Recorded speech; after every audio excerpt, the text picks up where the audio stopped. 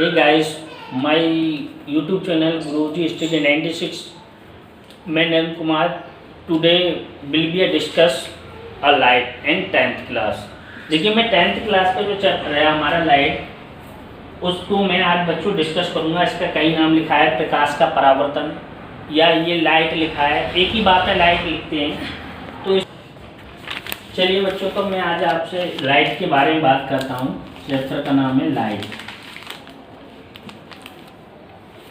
जिसे प्रकाश बोलते हैं। क्या बोलते हैं बच्चों? प्रकाश। तो देखिए सबसे पहले हम प्रकाश के बारे में बात करें तो आपने देखा होगा बच्चों कि प्रकाश एक प्रकार की ऊर्जा। देखिए क्या है बच्चों? प्रकाश एक प्रकार की ऊर्जा है जो हमें स्वयं दिखाई नहीं देती, वस्तुओं को दिखाने का कार्य करती है। यानी स्वयं हमको प्रकाश दिखाई नहीं देता, लेकिन बच्चों क्या करता है, ये दूसरी वस्तुओं को हमें दिखाने का कार्य करता है। तो देखिए पहले हमको ये समझना है कि प्रकाश स्वयं ने दिखाई नहीं देता, एक प्रकार की ऊर्जा है। अब हमको बात करनी है बच्चों कि प्रकाश के स्रोत, किसकी बात करनी है बच्चों? प्रकाश के स्रोत। ये क्या? तो देखिए आपने देखा होगा कि जो प्रकाश के जो सोर्स हैं वो बच्चों कितने टाइप के हैं।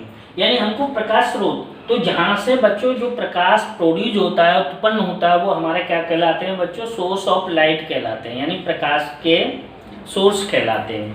अब बात करते हैं कि ये सोर्स कितने टाइप के होते हैं। यानी सोर्स, तो हमको ये देखना है कि बच्चों ये जो सोर्स है, जो लाइट का जो सोर्स है बच्चों, वो देयर आर 2 होते हैं।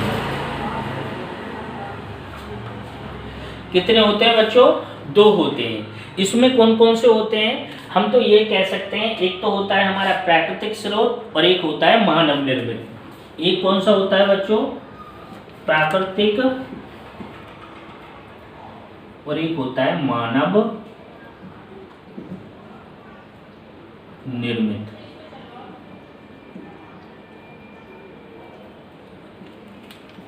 यानी एक तो होता है हमारा नेचर का,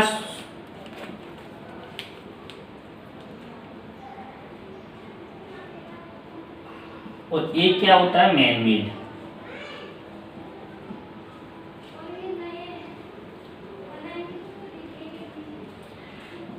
बच्चों एक तो नेचर का सोर्स होता है और एक मैन मेड होता है। तो देखिए आपने जो हमारा नेचर सोर्स है उसमें क्या होता है?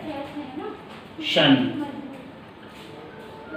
है, मून है, ये सॉरी सन है। सन से जो लाइट वगैरह प्रोड्यूस होती है वो क्या होता है? हमारा प्राकृतिक स्रोत है, वहां से हमें प्रोड्यूस होती है। मानव निर्मित, आपने देखा होगा कि जो मानव निर्मित है, जैसे हमने लाइट जला ली या जैसे मोमबत्ती है, इस तरीके से जो भी हमारे सोर्स होते हैं, दीपक जलाना, ये सब क्या कहलाते हैं? हमारे मानव निर्मित सोर्स होते हैं। कैसे होते हैं बच्चों? मानव निर्मित सोर्स। अब देखिए इसमें जो प्राकृतिक स्रोत हैं, यानी हमको ये समझना है कि इसमें भी बच्चों ये वस्तुएं 2 प्रकार की होती हैं, एक दीप्त और दूसरी होती है बच्चों अदीप्त। एक दीप्त वस्तुएं होती हैं और एक अदीप्त वस्तुएं होती हैं।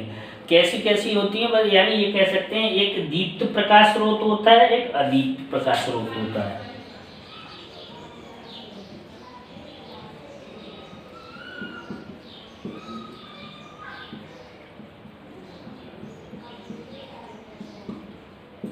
समझ में आया? दीप्त और एक अदीप्त। देखिए दीप्त प्रकाश स्रोत वो है, सोर्स होता है बच्चों कि दीप्त प्रकाश स्रोत, दीप्त प्रकाश स्रोत को बच्चों बोलते हैं लुमिनियस सोर्स ऑफ लाइट,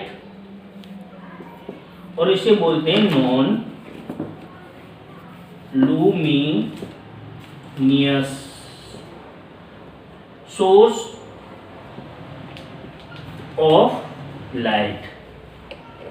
यानी ये कह सकते हैं दीप्त प्रकाश स्रोत और एक अदीप्त प्रकाश स्रोत होता है। तो देखिए दीप्त क्या होते हैं, यानी वे वस्तुएं जो स्वयं अपना प्रकाश उत्पन्न करती हैं वो क्या कहलाती हैं बच्चों, दीप्त। यानी ल्यूमिनियस सोर्स ऑफ लाइट क्या होते हैं, जो अपना स्वयं प्रकाश उत्पन्न करते हैं, जैसे फॉर एग्जांपल सन। इसी तरीके से अदीप्त क्या होते हैं कि जो दीप्त प्रकाश स्रोत से प्रकाश को लेकर के उसे रिफ्लेक्ट कर दें, यानी उसे परावर्तित कर दें, और स्वयं भी उनमें क्या होता है कि जब पहले वो एब्जॉर्ब करती हैं, अपने अंदर लाइट लेती हैं किसी दूसरे से, फिर उसको इमिट करती हैं, उत्सर्जित करती हैं, तो ये क्या कहलाती हैं, अदीप्त प्रकाश है, यानी नॉन लुमिनियस प्रकाश सोर्स। अब देखिए ये हमारे प्रकाश सोर्स हैं जिनसे, अब देखिए ये जो सन का जो प्रकाश है, जो सूर्य का प्रकाश है बच्चों, उसकी जो तरंगदैर्घ्य होती है प्रकाश की वो अलग अलग होती है। यानी जो इसे व्हाइट लाइट बोलते हैं, जो सन से जो सूर्य से जो प्रकाश आता है बच्चों, जो सूर्य का प्रकाश है उसे क्या बोलते हैं, व्हाइट लाइट, यानी प्रकाश सोर्स। तो इसकी जो तरंगदैर्घ्य होती है बच्चों वो 4000 एंगस्ट्रॉम से लेकर के 8000 एंगस्ट्रॉम, यानी कहीं लिखा है 39, तो लगभग हम कहते हैं कि समथिंग 4000 से 8000 एंगस्ट्रॉम के बीच होती है। तो अब बात करते हैं हम इसमें अगला, प्रकाश है ये प्राकृतिक और मानव निर्मित दो तरीके हुए, दीप्त और अदीप्त हो गए। तो जब दीप अदीप्त थे तो इन्हीं की स्टडी करेंगे, वही हमारा यही जो फिनोमेना पढ़ेंगे वही हमारा अपवर्तन और परावर्तन, व्यतिकरण, विवर्तन, इस तरीके से बहुत सारी जो फिनोमेना होगी वो किसकी होंगी, लाइट की होंगी। अब ये फिनोमेना क्यों होंगी, कैसी होंगी, उसके बारे में चलिए अभी बाद में डिस्कस करेंगे। पहले हम ये समझ लें कि ये फिनोमेना होती क्यों है। तो इसके लिए हमको ये समझना पड़ेगा कि बच्चों जो प्रकाश है उसके कुछ गुण होते हैं। तो सबसे पहले अब नेक्स्ट हेडिंग है प्रकाश के गुण,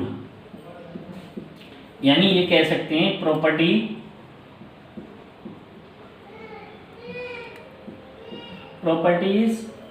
ऑफ लाइट,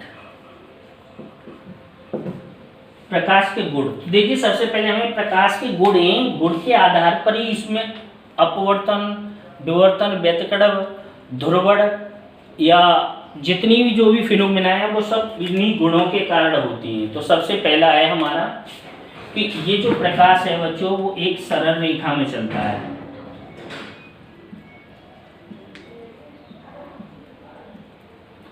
पर बच्चों किस में चलता है, सरल रेखा में। देखिए सभी लिखूंगा तो बच्चों वीडियो बहुत लंबी हो जाएगी, इसीलिए मैं थोड़ा इसको समझाता हूँ। प्रकाश एक सरल रेखा में चलता है, यानी अगर आपने देखा होगा कि कहीं अगर हम धूप होती है तो हम छाता लेके जाते हैं, तो वो एक सरल रेखा में चलता है, इसीलिए हम उससे बच सकते हैं। समझ में आ रहा है?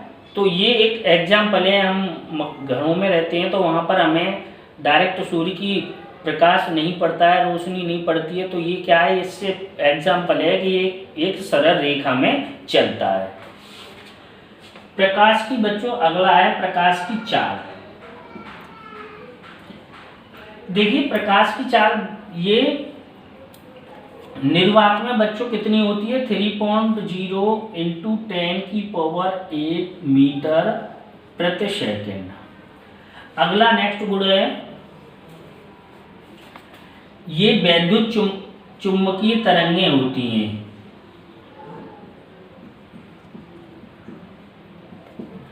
कैसी तरंगें होती हैं बच्चों, वैद्युत चुंबकीय तरंगें, यानी वे तरंगें जिनके संचरण के लिए किसी माध्यम की आवश्यकता नहीं होती बच्चों, वो क्या कहलाती हैं, वैद्युत चुंबकीय तरंगें कहलाती हैं। आगे इसमें अगला ये भी लिख सकते हैं, इन तरंगों में दीप्त तथा अदीप्त का गुण पाया जाता है। आगे इसमें कह सकते हैं प्रकाश की तरंगदैर्घ्य 4000 एंगस्ट्रॉम से 8000 एंगस्ट्रॉम तक होती है। अगला एक और नेक्स्ट आगे हम कह सकते हैं कि प्रकाश की चाल विभिन्न माध्यमों में भिन्न भिन्न होती है। समझ में आ रहा है? और जब प्रकाश और जब प्रकाश एक माध्यम से दूसरे माध्यम में जाता है तो बच्चों इसका एक ऐसा गुण है जो नहीं बदलता, जिसे हम कहते हैं आवृत्ति। तो इस तरीके से बच्चों ये हमने इसके बारे में पढ़ लिया।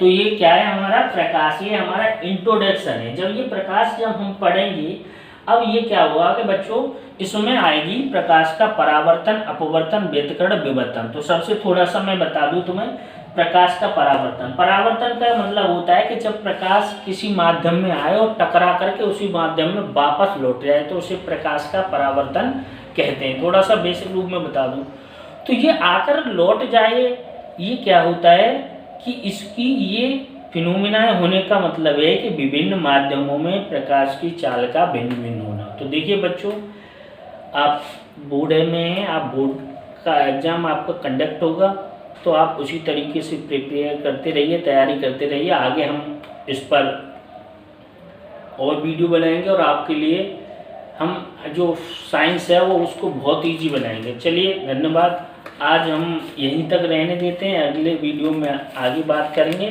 थैंक यू, शुभ बातचीत।